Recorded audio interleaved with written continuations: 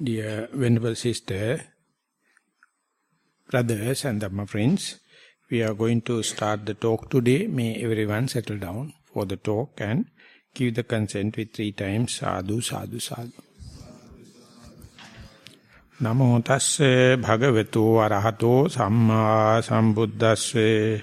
Namo tasse bhagavato arahato samma sambuddhasse. Namo tasse bhagavato arahato samma sambuddhasse.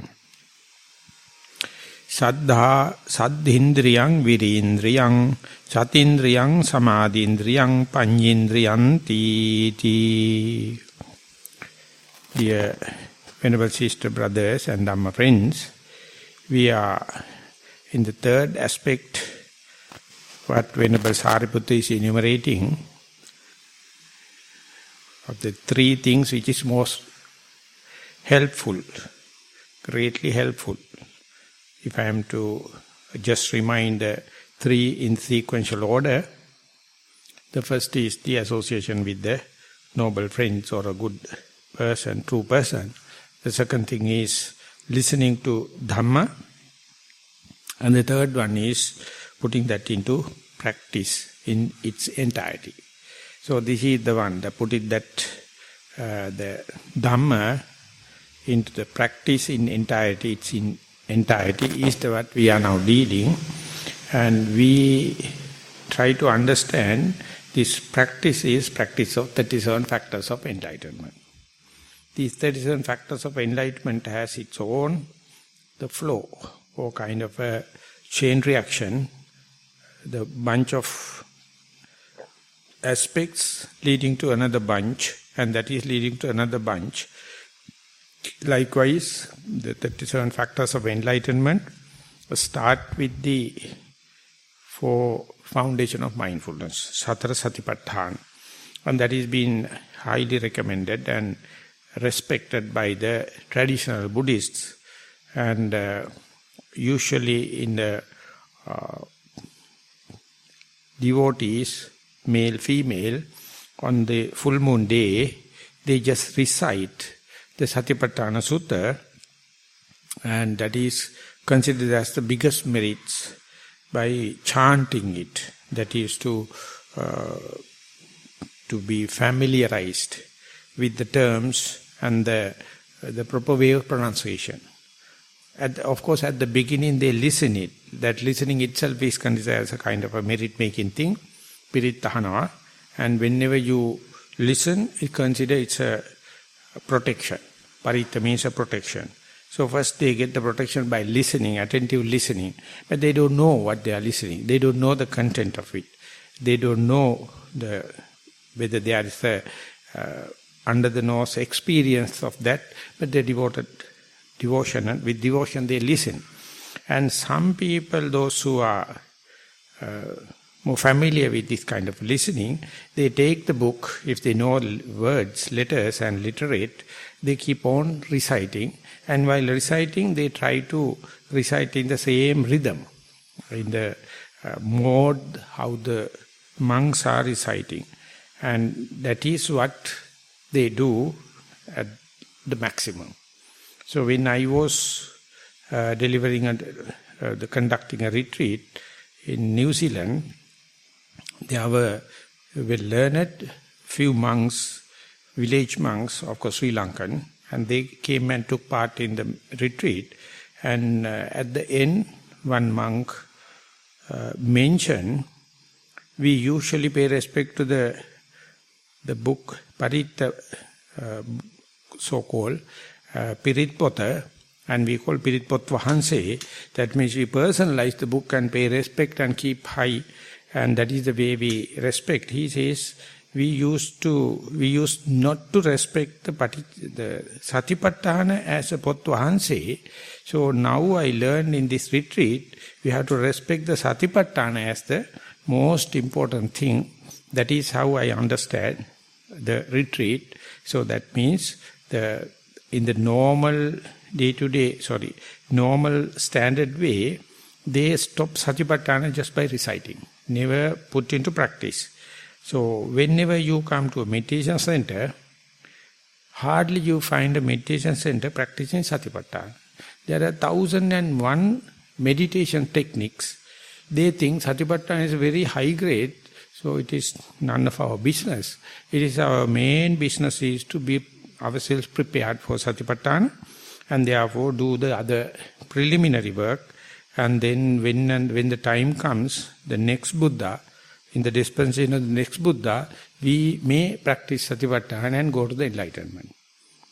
But that is not being mentioned in the Tripitaka. In the Tripitaka, or that means the direct teaching of the Buddha, even you are an amateur meditator, the Buddha recommends preach Satipatthana. And if you are an advancing yogi, preach Satipatthana. Even if you are a fully advanced yogi, preach Satipatthana. Because it is kind of a lifelong experiment. Don't think it is impossible for a beginner. This estimation is underestimated. Even the young children then can understand it. And when you are practicing, you just ask any person, specifically under Sri Lankan condition, what is the kind of meditation, they will give a list about 15, 20 objects they are practicing. Ask them whether they are mindful or be mindful. No, that is not there. We have practicing 16 years, maybe 16 subjects, objects of meditation, but never they consider mindfulness as a subject of the retreat.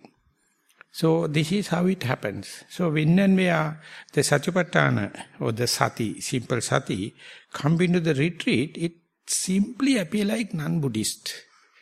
That's the present day presentation. So whenever someone is going to introduce the subject mindfulness, they think it is going against the Dhamma. Not the Dhamma, it is going against Buddhism. Because there is no ism in mindfulness. So therefore, the other side of it is, America teach mindfulness in a secular way, without giving the due respect to the Buddha, with respect to the Dhamma, without any due respect to the Sangha, without any due respect to the precepts.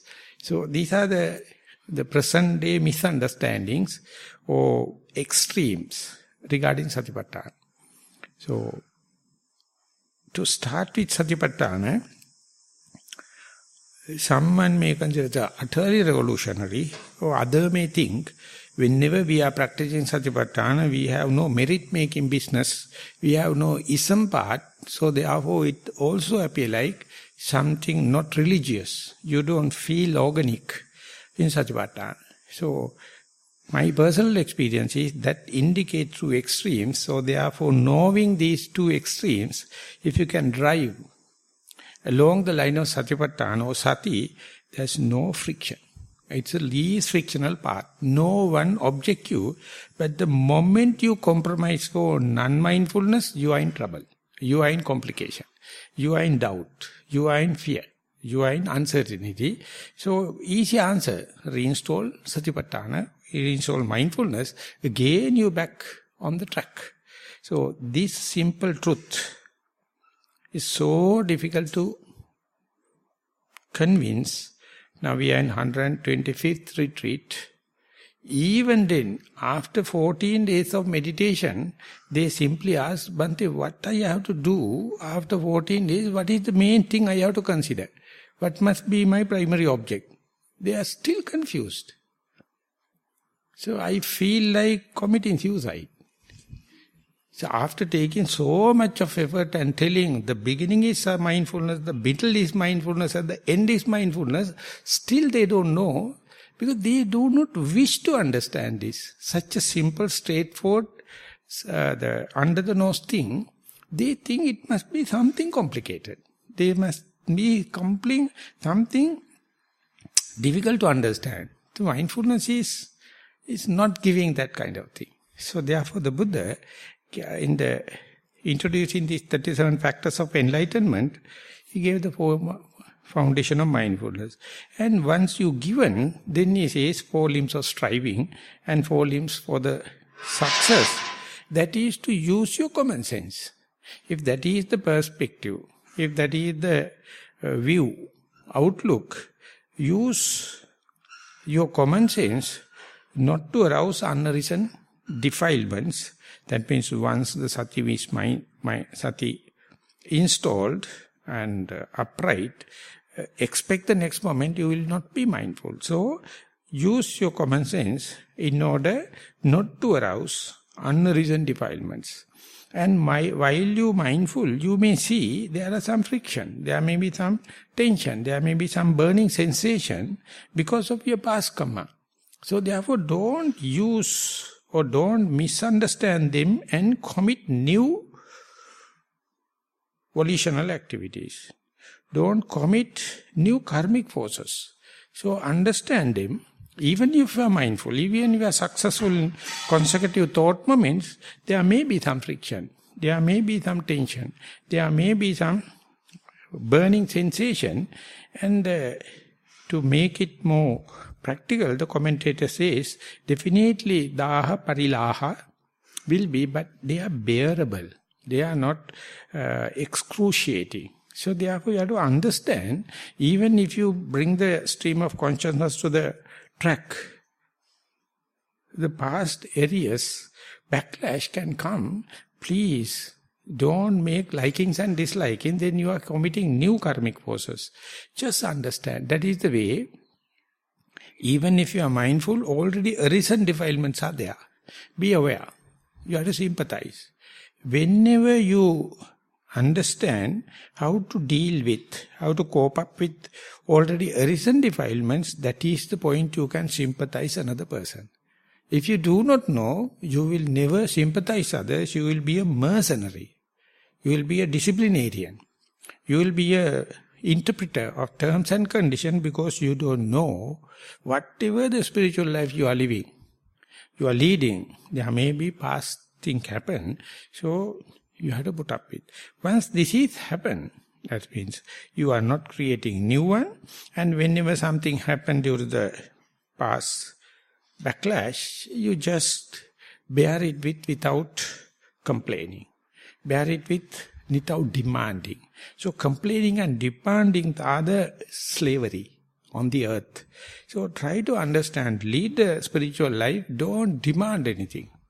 Don't complain whatever coming along your way. Then you are already enlightened. I am repeating. Don't demand anything. And put up with whatever coming along your line without rejecting, then that is what you call Nibbana in the ethical sense. So that is what Satra Samyak Pradhan Virya, the four limbs of striving, and the Satra Iddipada, the four ways of success. So they are, don't expect standard answers. It is common sense. You must understand where the problem happens. The main thing is not to worry. Worrying means you are overlooking your common sense. You think there is the special answer or important answer or heavenly answer to the fact that you experience in the friction and the burning and torturing sensation. So use common sense. And it is in the Buddhism also we can easily find the quotation the Buddha given, and in the present day neuroscientists also they says, potential wise we all are same. There's no difference. If you know what to do, you have so much of ways and means. You have so much of creativity. You have so much of ideas and way of doing things. For that you have to use the neurobics. You have to catalyze your brain rather than expecting that to happen by the God or by the past merits or by grace of someone. That is the way you become slave. Use the brain. That here the brain means the common sense. So once that is done, that means Satara Iddipada, you understand all the ways and means are within yourself. Each and every DNA, RNA of each and every person carries the total human history. You can prove it in the Buddhist way, we say both rebirth and you are dying and rebirth. So there is a kind of accumulation. You can see Jataka stories of the Buddha to be, how he can reflect back and see his last incident in the last life. And he can do reinforcement. And science is proving RNA, DNA never die. It's coming from the parents to the children to the second generation. So they carry everything. So therefore each and every person, even the one RNA, DNA of in your teeth, even RNA, DNA in your body hair, even the RNA, DNA in your head hair, they knows what to do. Just let them do. Don't interfere with your artificial intelligence or theory understanding. Theory understanding also evolving, is a part and partial. But don't overtake the situation. It is called the body knowledge. Let the body to see what is happening. When you put the finger into the fire, the body knows how to take it back. You need no any foreign experts for that. And Krishnamurti is telling, when you are about to thrash or tramp or keep the leg upon a poisonous snake, and if you are lucky enough to see one thought moment before you place the leg, and if you know, if you come closer, how vicious the serpent is, he's asking, should you consult an expert to say which direction you should run? Or should you run to the left side or right side? No, body knows. It runs. So this is the one yogis are not implementing, not employing. And they think the book may tell something, or my master will say something. No. When you go further and further, you understand what is what you call the appropriate technology, appropriate understanding. And then you are always, your thinking is problem-oriented. But don't consider the problem as a bad omen. You understand when the problem happens, only your brain is working. Otherwise, it is just in a rut. So therefore, it says, in future, there may be brain markets, there may be brains in the shells, you can go and select, and they are in frozen and you can replace it. Present day, they can only replace the grey matter. They can't replace. If it is so, they say, please select a brain of a politician, it is never used. Factory fresh. Other people has to use because they are facing problem. Politicians, everything they use through the secretary, they never worry. And their brain is never working. So if you happen to go to a brain supermarket and to select the politician, so that's why. So we become slave without knowing our total capacity. Once that steps gone, then the Buddha introduced Saddha Indriyam, Viri Indriyam, Sati Indriyam, Samadhi Indriyam, Panya Indriyam. Then you develop, I will put it this way, you are so far running your whole life is Kamachanda, Vyapada, Tina Midda, Uddacha, Kukkucha, Vichikicca. Your whole drive is through sensual or sexual pleasure, or hatred, or sloth and torpor, or worrying about the past and future excitement, or doubt. The very first one, recognized by Sigmund Freud, he told whole human character can be explained through the sex. Our whole mechanism is utterly explained by Kama or Kama Chanda. The Buddha, of course, he also considered the Tanna is the main bondage to the samsara, but he gave a very wider scope. He says Tanna or Kama Chanda is the first and foremost, but opposite of his Vyapada, the reaction or kind of antagonism, they are twin brothers like. They are mirror image like. They are like a thing and the shadow like. So they can't work without each other. And that is called raga, dvesha in the normal terminology. And both of them happen in the darkness. Just like the pictures you can't project in the dark, in the light. You see, there should have the audience, the whole must be dark. Then only you can see the animation and the living and vivid action of the actors. Otherwise, if the daylight come and disturb, you can't see. So, likewise, the Kamacchanda and Vyapada only work whenever the sloth and torpor is there. Sloth and torpor indicates the ignorance, bewilderment, a haze, muddled situation. Under such circumstances, only raga dosha can happen. So that is become the third aspect. And then uddhacca kukkucca means the past, remorse about the past, and the future excitement. It says the younger age, people thinking in the developing the career, they are living in future. They are always future planning.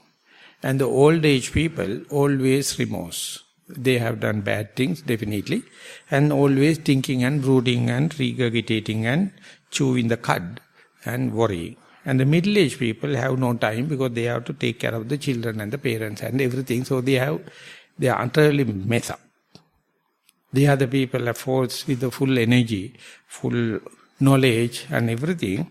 So middle-aged, they are the people committing suicide highest, especially in Sri Lanka. Sri Lanka became the first country, the highest amount of committing suicides. And any country, they are the people. There's so much of stress. So, when you are early age, future planning, old age, regret, and that is why uddhacca kukkucca means, and the other thing is doubt. So, yogis, so much, they are staggering, so much, they take all the crooked path because they doubt from morning to evening. Whenever the mind is progressing, they entertain doubt. Whenever the mind progressing, they feel like fearful. Whenever the mind progressing, they feel uncertain. Whenever the mind progressing, the lethargic, the monotonous nature happen, and then you often take the doubt for the disadvantage for you. So when and where you go from the Sattara Satipatthana, that means 4 foundation of mindfulness, and 4 limbs of striving, and then 4 ways to success, now you develop certain amount of confidence upon oneself. That is the point where the indriya or faculties get organized. Within oneself, instead of kamacchanda, vyapada, tinamidda, uddhacca kukkucca, vicikicca, that means the sensual desire, hatred, sloth and torpor, remorse and excitement and the doubt, you develop saddha, virya, sati, samadhi, prajna. That your negative will be replaced by the 4 indriyas, faculties. Therefore, this saddha here mentioned is not the pasada saddha, not the superficial saddha, not the unfounded saddha. This saddha is somewhat, you have certain experience of good sittings. You have certain experience of good walking meditation. And you have a certain experience of day-to-day activities with SMS, slowly, mindfully, silently. And other times you are not. So instead of searching complete outside answers, whenever the saddindriya come into play, you consult your past memory also. You consult your experience also. You consult your past mistakes and see, yes, earlier also same thing happened. So therefore you are not go and pray. You are not asking someone crying, please come and help. Of course, while doing, you consult your own past experience. That means you believe, I have certain amount of experience. That is called okappana saddha. That means you are already in water. You are not in the dry bank. Certain amount of understanding. So therefore, this saddha mentioned in the faculty form is partly verified, not completely verified, and you know when and where difficulty happens, when and where unpredictable thing happens, it is a chance for you to put that saddha into practice and see, and you have 50-50 chance, and therefore you are little bit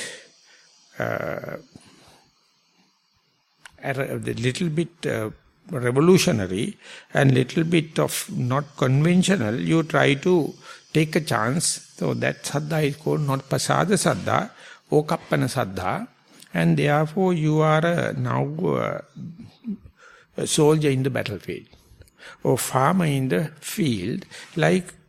Likewise, you try to test. In a sense, you happy to run a risk. Maybe it is not working, but anyway, you are ready to run a risk because you have certain amount of weapons in your hand. That is what the saddha. And that saddha you never find in other dispensation. Their saddha is not verifiable. It is saddha upon the omnipotent, omnipresent God or Creator. You have no access. You have no verifiability of the Creator or His will. But now you know your will or your willpower has certain amount of tools. It has become a tool. So it's somewhat confidence and somewhat ready to run a risk. And in the virya, also not the arambha dhatu virya, now you come to the nikkama dhatu virya. Now your machine already started. It is not in idle running. It is in a gear. Now you can go forward gear or backward gear. So your virya is now in mobility. It is mobilized. When that is happening, it is strange enough, the way the Buddha is presenting, sila is not there. Now sila dropped. Your moral responsibilities, when and where you are practicing, you are leaving it aside. As if when you are in a dream, you are not with morality. Your morality utterly out. And if you are drunkard, if you know alcohol, you are no more moral. That is why the relaxation happen.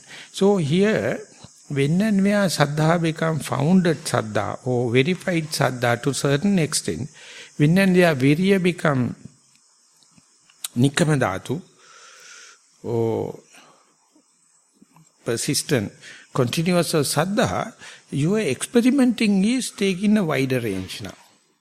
So this onward, you are utterly going to take the vipassana turn, and therefore sila sikha, samadhi sikha become less and less prominent like. Oh, they are really put into use now. You are not respecting them and telling, highly phrasing. Instead you use it and see when and where you do out of your verified saddha, when and where you do with your endeavorance or striving, mistakes can happen. So these mistakes you are ready to take the responsibility. And the mindfulness, for the first time, you understand the continuity of the mindfulness. That is to say, the persistence of mindfulness. So you have certain amount of confidence whenever the time permits, whenever the conducive condition happen, I can maintain my mindfulness with the breath face to face. I can maintain my mindfulness with the rising and falling. I can maintain left leg and right leg maybe 5 minutes or 5 seconds or 5 steps. Whatever may be, you learn the art. So therefore this mindfulness is like a tottering baby. Learn how to take 1, 2, 3 steps and again fallen down, but confidence is gaining. So therefore this sati is not momentary mindfulness. It is not sati matra. It is not sati matra. This is slowly you know how to make a garland. It is not an individual flower. So therefore this sati is not the introductory level. Now you introduce in the gathering of the momentum or continuity or persistent. So therefore once developed and experience few minutes or few thought moments maybe or few steps, it has a lingering power even after it is broken. So you experience once you go into the mindfulness, and even if it is distorted or maybe unmindful, you feel the smell. You feel the lingering situation. So there's more chances for you to next time to continue further. And maybe quantity or quality. Quantity means more steps or more breaths or more rising and falling.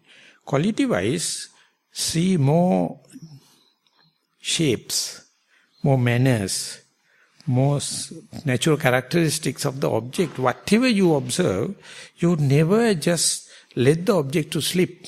You never be satisfied with your superficial value, face value. You try to just taste little further.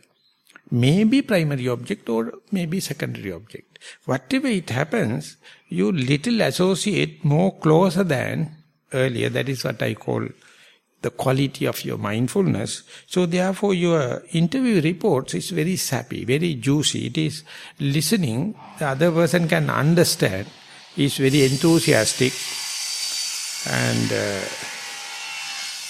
we can put it this way.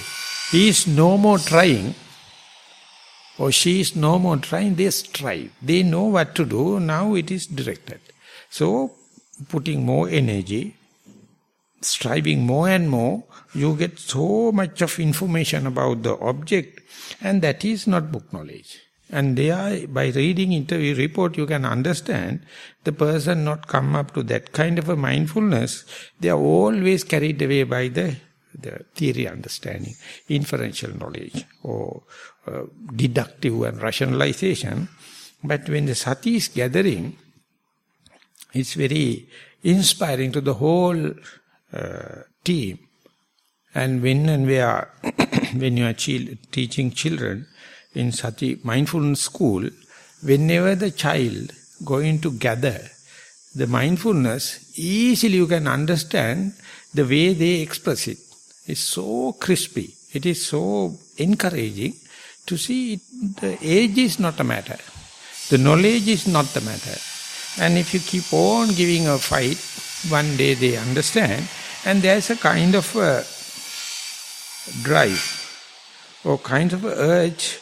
The child wanted to express it, to say, this is what I understand like mindfulness. That is always completely a new, creative kind of expression. No, never they copy from someone. The copying and repeating others is so second-hand. It is so the condition. So you can understand when and where happen. You yourself can understand. Your words can express it. And your report is very clear-cut the indicator to see whether you are gathering the sati indriya or the faculty of mindfulness. And then samadhi, usually up to that point, you consider samadhi as samatha samadhi. That is the one-pointedness, with the same object without distractions. But when and where samadhi become indriya, you understand two kinds of samadhi, momentary concentration and the calmness concentration, or samatha samadhi. Vipassana samadhi, samatha samadhi. And you see, samatha samadhi is very peaceful. Then and there, pleasure. And under the nose, pleasure. Vipassana samadhi very costly, very demanding, but very versatile. Under different conditions, that is to say, even the object is changing, even the posture is changing, you are about to see there's a kind of a lingering samadhi from one posture to the other. But if you are only believing samatha samadhi, you will complain, it happened me to change the posture, therefore my meditation lost, my mindfulness lost. So you will be the crying baby, unless otherwise you know the Kanika Samadhi. Kanika Samadhi, you get the balance then and there. It is like target shooting and shooting to the jumping animal life. Target shooting is the target is fixed, so you can fix the gun on the tripod and aim it. You can predict it. But that cannot. Such predictability is not there if you are shooting to a jumping animal. It's a complete new thing. The jumping animal or shooting to the jumping animal is the sportsmanship. Otherwise, the mechanical you can do. So what I am citing this example is the Samatha Samadhi is like a target shooting. And the Vipassana Samadhi is something like the shooting to the jumping animal. So you can't make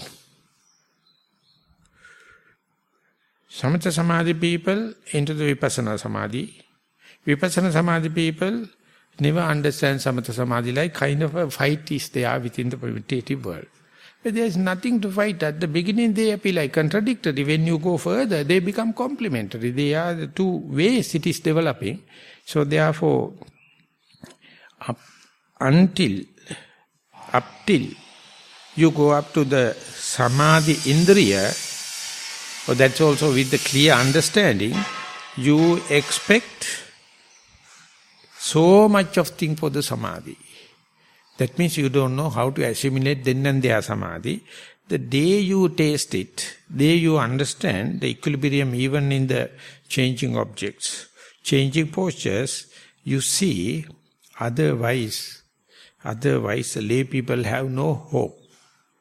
The people running families, doing jobs, they have no hope. So therefore, one may be an Israeli, Sol Eleris, writing Calm and Insight, the name of the book. He says, unless otherwise Mahasi Sayadaw introduced this Kanika Samadhi, unless otherwise Mahasi Sayadaw introduced this then and there noting, the Buddhism never gone to West. This is the trigger. From that onward, even a busy person, even person can have only 5 minutes, so to say, per day. Within that 5 minutes also, he can have at least 1 or 2 seconds, split seconds, mindful as well as concentrated. And if the Mahasi Sayadaw is appreciating, yes, this is the concentration, he get encouraged. It's a catalytic effect. But if he say, no, this is not the Samadhi, you must go to the forest and you have to shave your head and go to the saffron robe and meditate 7 years and kind of thing, they will not even give a try. So he tried to understand the great breakthrough. The Mahasi Sayadaw introduced this Kanika Samadhi, the Khanamatta Sthika Samadhi, or momentary concentration, and Mahasi Sayadaw verily prove it with the quotation of the Visuddhimagga, Khanamatta Sthika Samadhi, Patipakka Vigamanena Appitovya Chittan Tapeti. Whenever the then and there you do away with 5 hindrances and you shoot exactly to the jumping animal like, you get some side coin with the object, and then and there with that particular thought moment, mind is free, no defilements, and if you go prepared, you prove it, you second it, you verify it. If you are not going prepared, you say, before that thought moment my mind is bewildered, after that thought moment my mind bewildered, therefore no hope like. But Mahasi Sayadaw has taken so much of effort, so much of theoretical proof to say, this Kanika Samadhi, if you believe one day, gather the momentum and it will come in par with Samatha Samadhi. So functionally at that thought moment, it is doing the job. If you support it, it will push forward to the next thought moment and again to the next thought moment and ultimately gather the momentum. So therefore then and there yogi has to appreciate it, yogi has to foster it, yogi has to facilitate it. So that is the point where Samadhi become a indriya. That means the person knows how to get impromptu adjustments to get the Samadhi, even if it is Kanika Samadhi. And that is very difficult, but very, whenever you understand it, whenever you listen it, whenever you discuss it, you will get so much of energized. That is to say, whenever you meditate, sitting, walking, and whatever may be, even the distractions happen, if you are lucky enough to come back after a short while and to note the object of your, primary object of your meditation undisturbed. It is waiting for you to come back. And you see, mind has not been distracted. So, to note it, to report it, to appreciate it, you must learn the art not to worry. If you are worrying, you will not come back and see the object. Of course, at that time, object will be disturbed because of your worrying. So, if you believe Kanika Samadhi, you understand even mind goes temporarily outside. And when you come back, there's a chance, there's a verification, the object undisturbed. And the mind itself also, you can see undisturbed. So under such circumstances, there's a hope. There's a kind of a glimpse. And that you first time understand in Samadhi in the Indriya level. As a faculty now it is forming, like the fetus growing within the abdomen or in the mother's womb. The Samadhi is happening. That Samadhi, basically, the Samatha Samadhi, I have nothing to teach you people. You are so addicted to that. Therefore, I am not taking time. Not that it is not important. Because people consider Samadhi is meditation. When the Samadhi broken, meditation broken, and they come to the Nissarana, still complain their Samadhi is broken. I say, this retreat is not to assure your Samadhi. This is, even if it is to complain, your mindfulness is intact. Then there's a hope for the Samadhi to happen. So many are not coming to Nissarana because you don't find this Samadhi, the sap was juice here.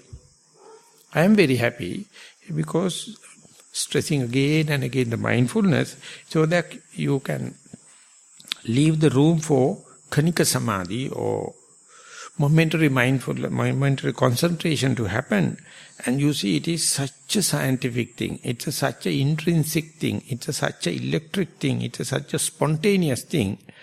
If you do not understand it, I simply say no Nibbana. Sooner or later you have to understand. Meanwhile you can use Samatha Samadhi, definitely it is good for Ditta Dhamma Sukha Vihari, then and there happiness. So it must be. When you are traveling long this distance, you must once in a way go to a rest house and recuperate you. Otherwise it's exhausting. Yes. But if you are more used rest in the rest house, journey is not happening. That you have to understand. You will be very happy to put up in luxuries and be in the rest house. But you have to understand each and every time. So therefore there must have a kind of a combination. And that is what the Samadhi. So I again and again give examples and highlighting on the Kanika Samadhi. But don't misunderstand me. Samatha Samadhi is equally important. But it has its own addiction. So I am not proselytizing it. I am not promoting it. And then you go to the Panya Indriya. That means the faculty of wisdom. So, it is also according to the commentary really as well as the teaching of the Buddha, the theory understanding also known as some kind of a knowledge. And selecting this path out of comparison with other paths you have already led, it's also deductive, inferential. That's also one step ahead. But both of them never considered as a Panya Indriya or faculty. Now, after selecting your path, so in the common sense we can say, after selecting a teacher, after selecting a primary object, after selecting your meditation center, you never rest, you strive. You take sitting meditation, walking meditation and day-to-day activity, and here and there you get the assurance and reification of the the decision you have taken. Theory is correct, and the method I have selected is correct, and even by mistakes or even by success, you understand your panya, it is patihariya panya, it says, it's a practical experience. It's under the nose experience, or we call personal experience. So when that happens, it is painfully slow. The practical experience painfully slow. But the thing is, it is then and there refine. Then and there confirm you. You can accumulate tons of theories. But this practical experience, 1 ounce, is much valuable than the tons of theories. So there you become pragmatic. You become the direct touch with the life, direct touch with the present moment. That panya is the most important thing. So therefore, saddha, virya, sati, samadhi, panya. The panya is the end product of saddha, virya, sati. Samadhi is the path. So therefore, when and where the samadhi happens, panya happens, you understand, sorry to say my parents are not up to this mark. Sorry to say my teachers are not up to this mark, but I know now I am going against the grain. I drill. That come into being, not that I am promoting the conceit, not that I am promoting that kind of a one-upmanship. You see, other people are talking nonsense. They never practiced it. They are theoreticians, book weevils. But when you go there, you find how much you become cornered, because the whole world is divided and ruled by the book weevils. Notice your words will be completely null and void. So therefore you have to, while you are developing this panya, the simple advice is, don't tell others that you are meditating. That's the only way you can save yourself. Moment you are going to say, hey, you people don't understand, this is the truth, so therefore please listen, they will either put you into the asylum or they will kill you. That's what happened to the Jesus Christ. That's what happened to the John Kennedy. That's what happened to the Gandhi. And it is going to happen. So, and even I am not cited by names, all the people, genius people being killed.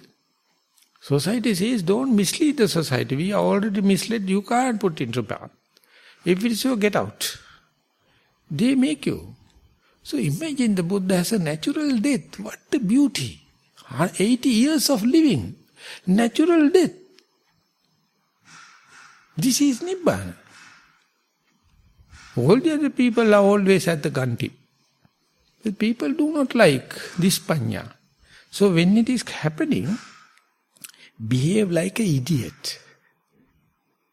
Behave like a fool. The Buddha mentioned exactly. Balava Dubbalo river, Panyavasa yata mugo. Muga is another term for beast. Mruga.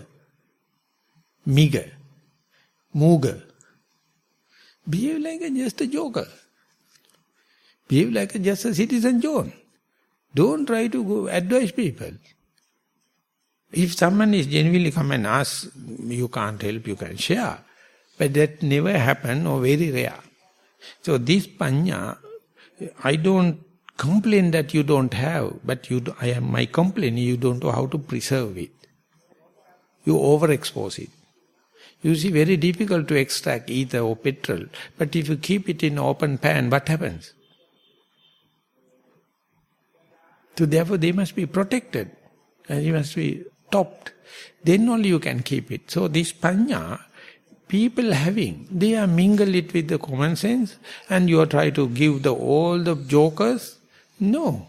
This panya has to give under such circumstances. The people must be ready for that. Otherwise, don't throw. And when we are becoming samaneras, they have been taught so much of precepts before preaching. Be careful. Don't give Dhamma to the unprepared people. then it is you are dishonoring Dhamma, Sangha and Buddha. So you have to tell only the prepared people. So therefore today, you see so much of Dhamma talks, so much of channels, so much of thing happens, but see the number of wrong thing happens. So prolific. When Jnanarama used to say, he lived almost more than 90 years in the last century, he said, when compared to the present day, I have never seen such an age having so much of Dhamma talks. Radio, television, papers and each and every junction. Each and every full moon day. But you see what is happening to the world. So therefore, there is something lacking. Something, not the essence. Because they have no patihariya panya. They have no something earned. They are just passing what you get from the book and channels are running. But this panya, moment it happens, you have to behave like a turtle, tuck back your organs and be with it.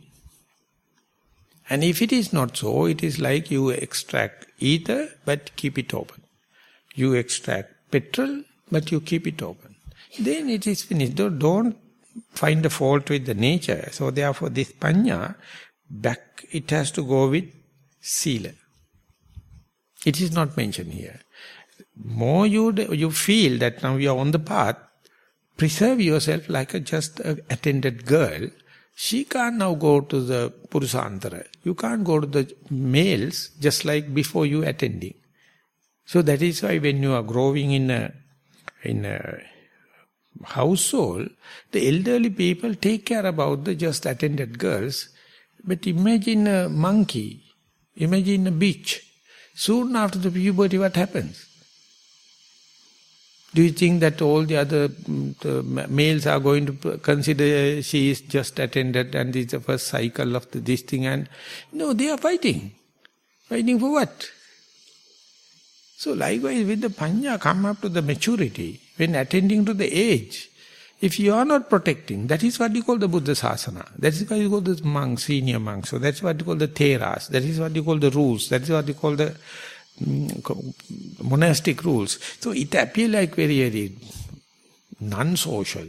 It appears like astringent in taste. But that is the way you give the protection for the panya. Because it has to mature. It has to master. It has to season.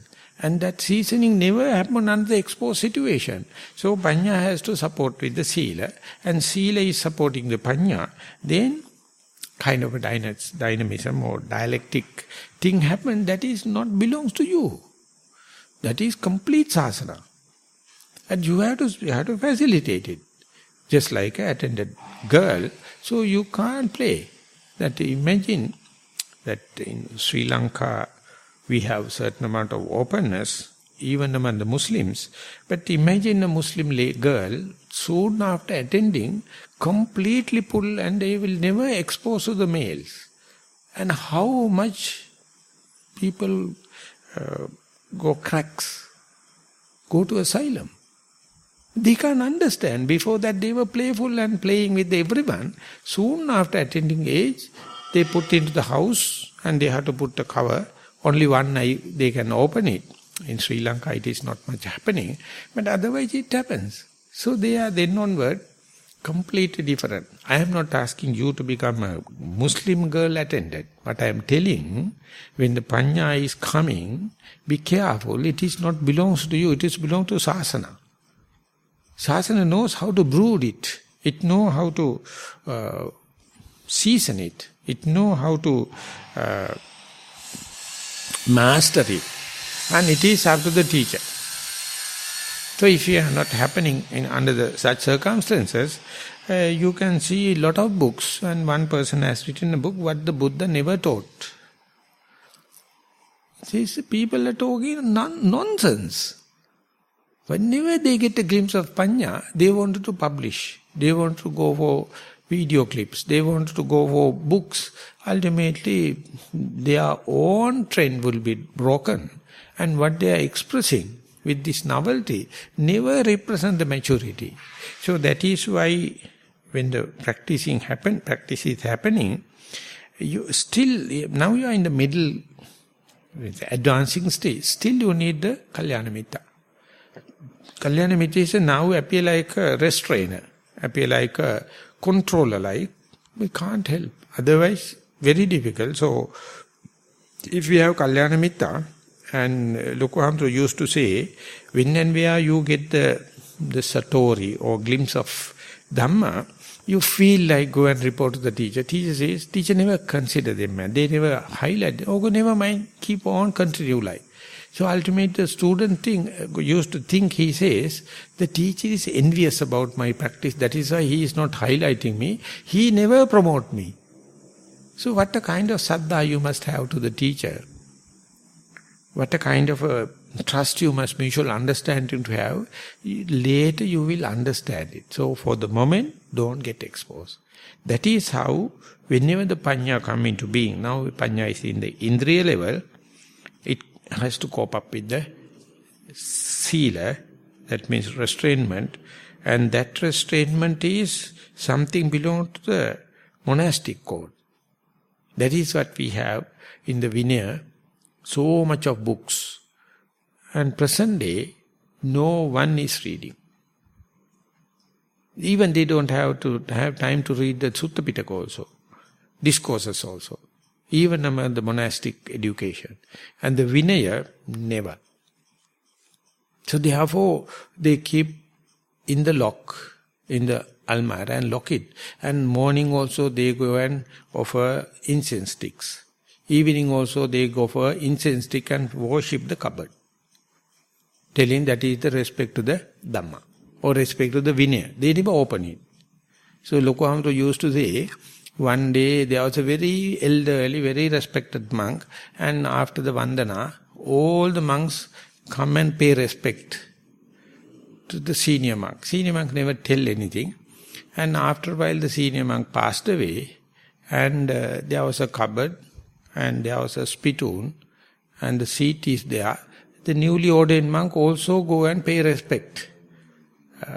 Pay respect to the empty chair. Because the senior monk was so respected. After a while the teacher used to say, that we are respecting the cupboard. It is having Tipitaka, so therefore empty chair and the cupboard. And the third generation do not know why it is that. They used to pay respect to the spittoon. And now they do not know why they are paying respect to the spittoon. This is coming from the lineage.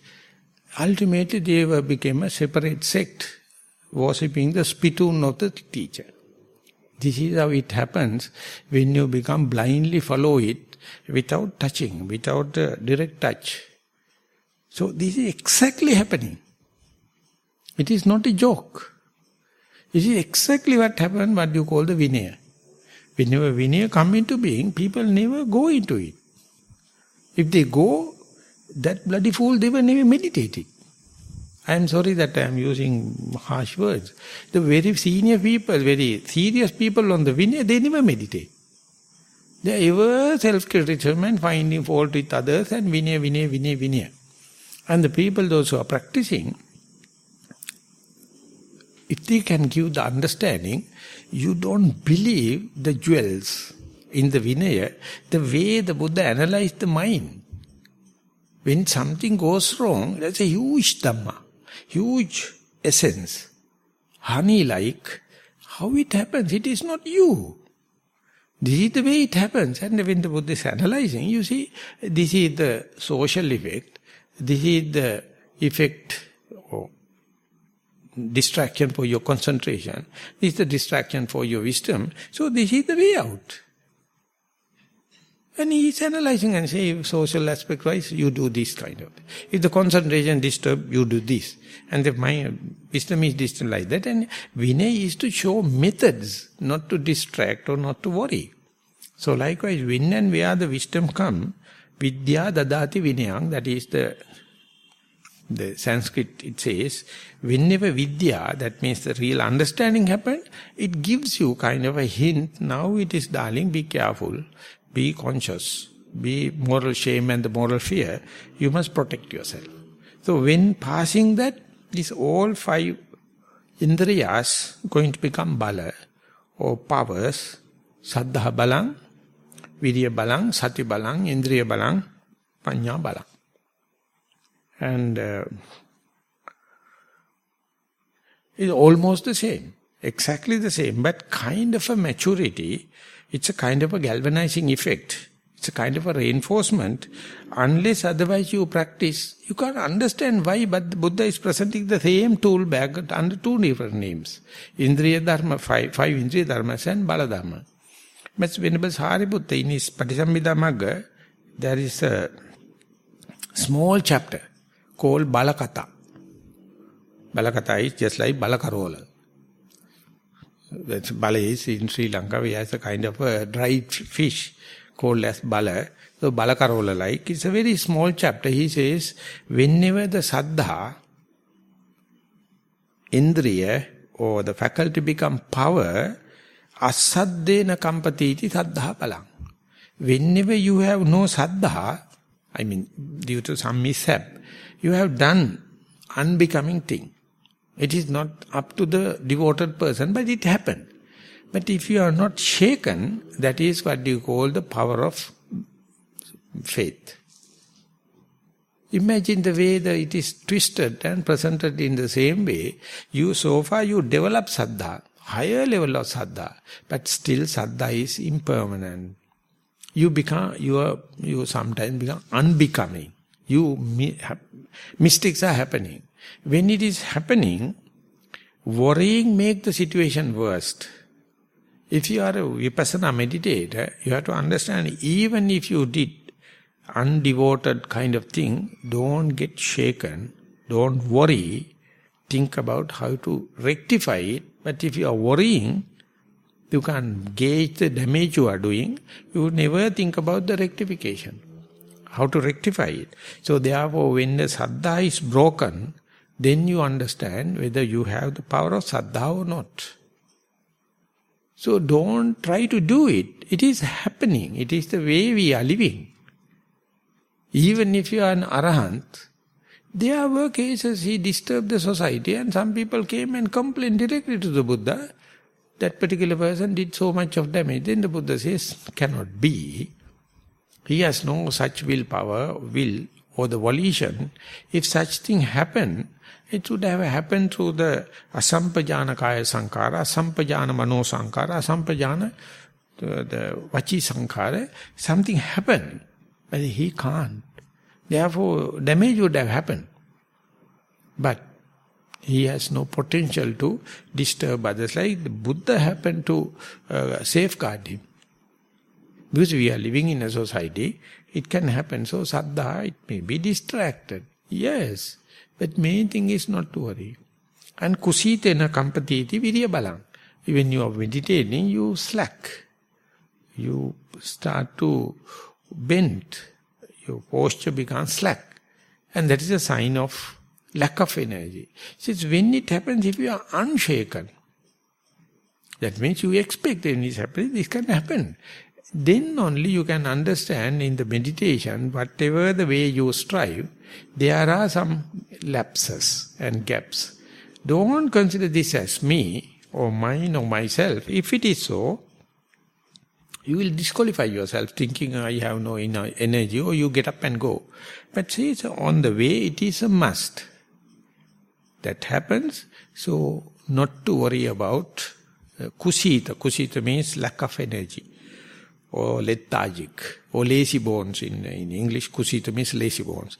Even if it happens, if you are not worrying, then you have enormous tool bag to correct it. And pamadena kampatici satibala. Even if you are bewildered, if you are not mindful, or mind is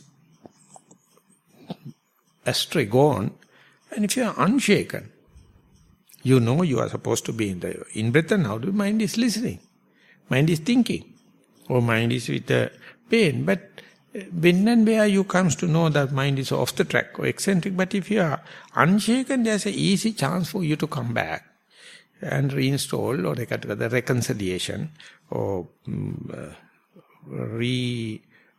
resilience. That's a word they are using in the neuroscience, and resilience is a very common term.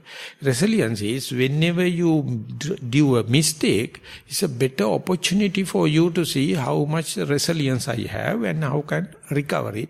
That is the path. That's a vipassana way. So more and more you mistakes, and if you know saddha bala, you try to understand how much I can easily recover and resilience, and that indicates even the Mara can't help or rob you. Even the mafia people can't rob that. Even your enemy can't rob. Because it is the way happening through your evolution. So this resilience, that is to say, even if you are unmindful not to worry and think about reinstallation it, that is called saddha, sati balang. And it's a complete revolutionary way of look at the sati. That is the first time you are going to understand sati itself is impermanent. Even if you take the sati as the first and foremost, and sati is the only thing like, but at that time you try to see its shadow.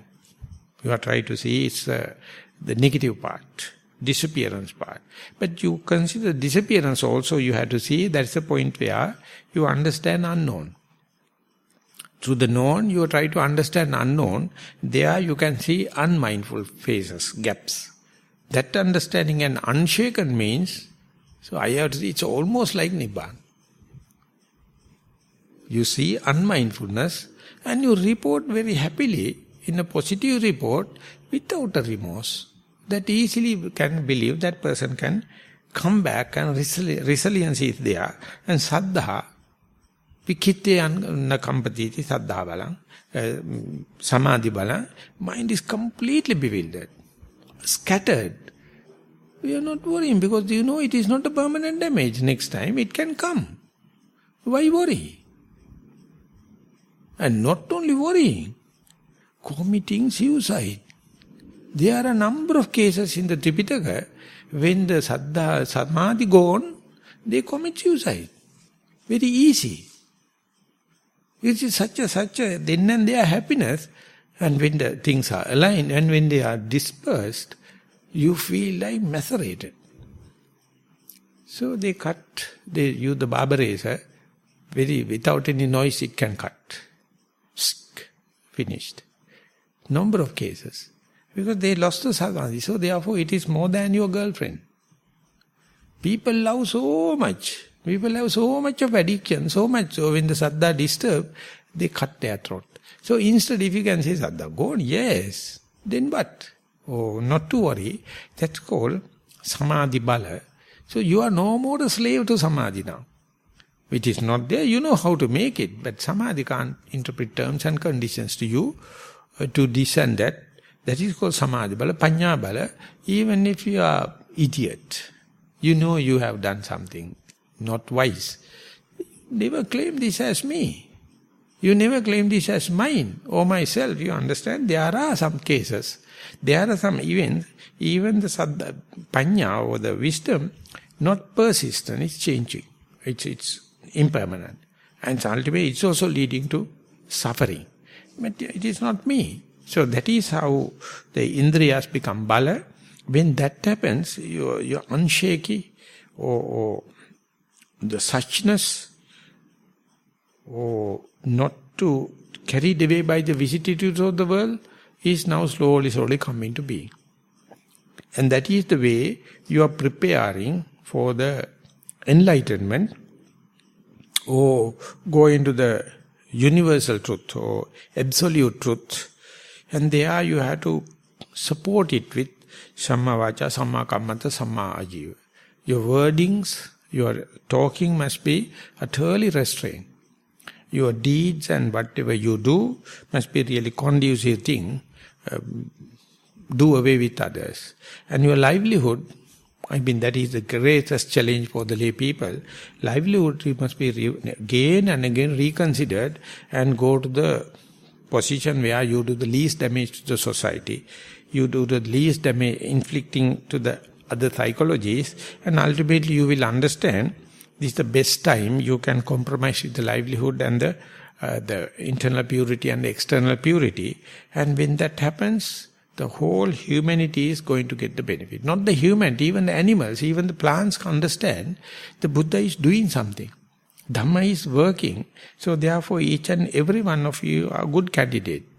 But you have to make the perspective correct, the view correct, the wider and sympathetic and strive and understand when the indriya become bala, you are no more the same. The morning what you said, you will be denied in the evening.